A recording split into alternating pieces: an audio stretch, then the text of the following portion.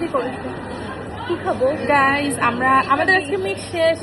Meet শেষ, বলো meet শেষ। পরীক্ষা ভালো হয় না লাস্টে, তো জীবনেও কোনো পরীক্ষা ভালো হয় না। মিট শেষে আমরা সবাই নাস্তা করতে এসেছি।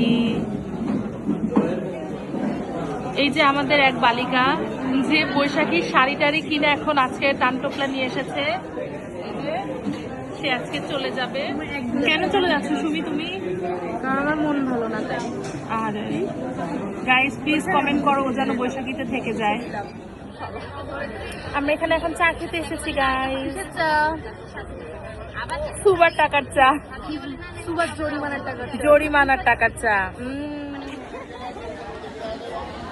এই যে আমাদের সুবার জরিমানার নাম না জেনে আসছেন। হ্যাঁ, আগের দিনে তো বলছে যে টাইম লাগবে, এখনো হয় নাই। পরে সুবা বলছে